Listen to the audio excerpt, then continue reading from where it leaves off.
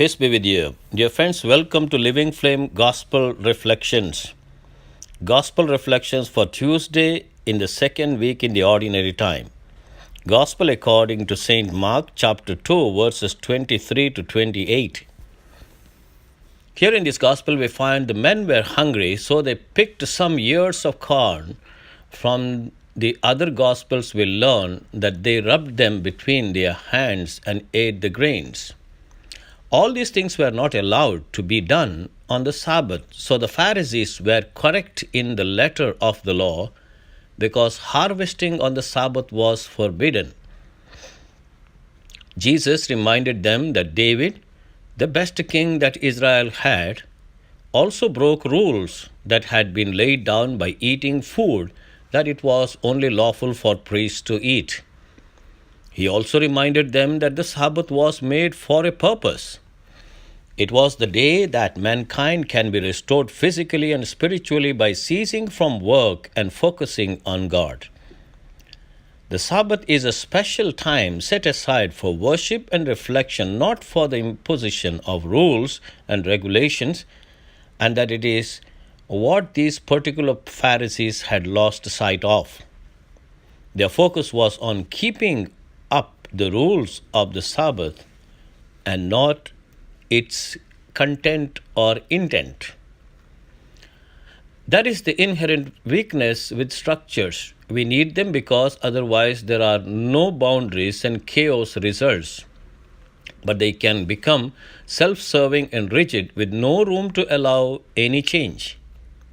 By not giving a program to those who have a part to play in this particular expression. Well, we have to understand the real spirit of it. Everything that we do is geared towards those two important commandments in the Christian community and elsewhere that we are working towards for the perfection of this kind of understanding of the commandment.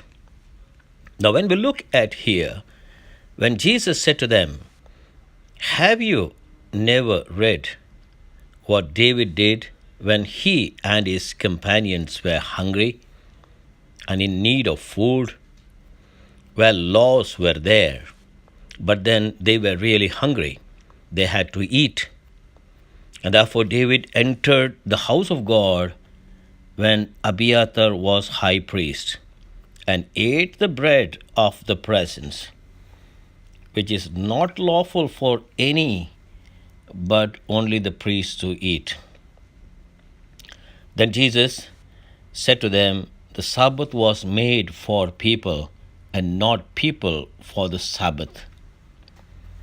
What a tremendous understanding on the part of Jesus. Dear friends, in our daily lives, we know that we come across such a lot of rules and regulations, laws, but then we need to go over them in order to love our neighbor. That's why Jesus very clearly said, the greatest of the commandments is to love God with all your heart, with all your soul, with all your mind and strength, and love your neighbor as you love yourself.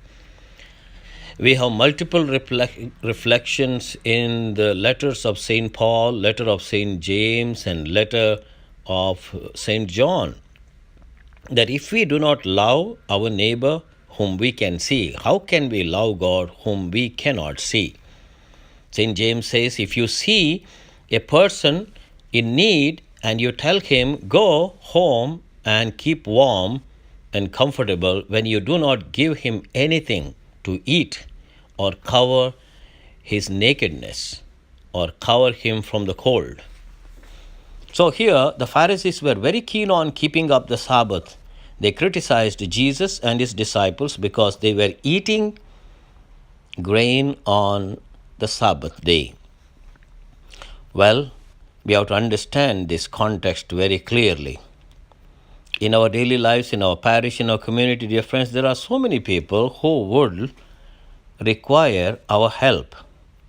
Sometimes it is not just food or clothing someone who is naked or visiting someone who is in the prison, but there are a number of people around us in our neighborhood who are homebound, who are sick, who live alone, who long for a word from someone, that is a tremendous task that is in our hands.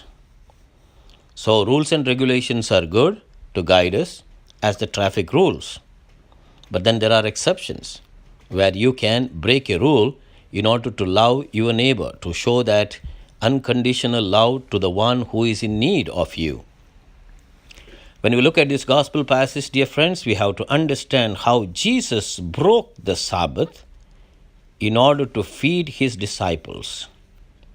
In the same way, perhaps we need to break some rules in order to reach out to our neighbors who are in dire need of something, and then God's blessings will come upon us. God bless you.